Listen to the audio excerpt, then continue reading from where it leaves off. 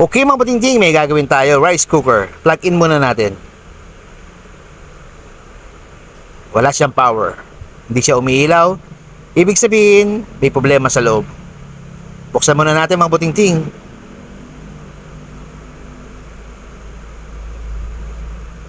Tignan muna natin ang kanyang fuse. Kung buo ba o hindi, no? Pag umilaw, ibig sabihin buo ang fuse. Pag hindi umilaw, busted ang fuse. Ayan ang fuse, no? Tingnan natin. Wala. Hindi umilaw ang ating tester, ibig sabihin, busted po ang kanyang fuse. Ngayon po ting tanggalin muna natin sa kanyang holder, no? Yung fuse. Tapos tanggalin po natin yung spaghetti tube. Ayan po ang kanyang fuse mga puting-ting, no? Ngayon double check natin kung busted nga ba. Busted talaga mga puting-ting. Meron po ako ditong asbestos wire. Balatan muna natin mga puting-ting. Ngayon kukuha lang tayo mga 3 hibla. Okay na po siguro yung 3 hibla na yan. Alam nyo ba kung anong gagawin natin dyan mga puting-ting? Ganito lang yan, no? Yan po ang gagawin po nating fuse. Ilalagay po natin yan sa mismong fuse mga kaputing-ting. Yung terminal niya, lagay natin yung isang dulo ng ating asbestos wire, tapos hinangin natin. Ganon din po sa kabila mga puting-ting.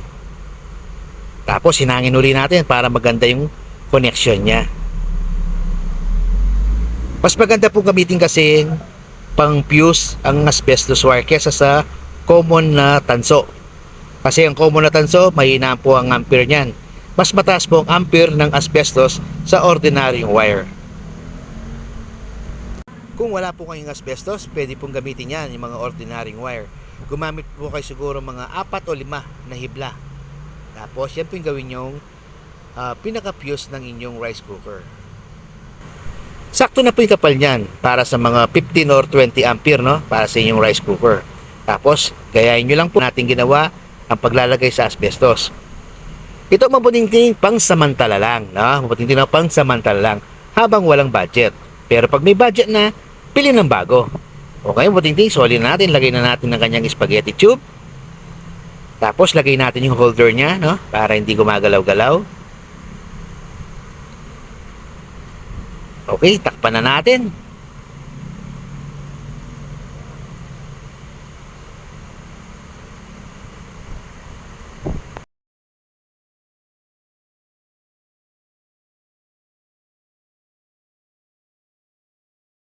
Okay, mabuting try po natin. Plug in muna natin. Ayan, umiilaw na siya. Okay na. Yung nga lang, di masyado nakikita yung ilaw. Patayin natin yung plus. Yan. Umilaw na. Nakita na po yung ilaw. Ibig sabihin, pwede na po kayong magluto. Pwede nyo pong gamitin ang inyong rice cooker. Okay mga puting-ting, salamat po sa panonood po ninyo. God bless po sa ating lahat.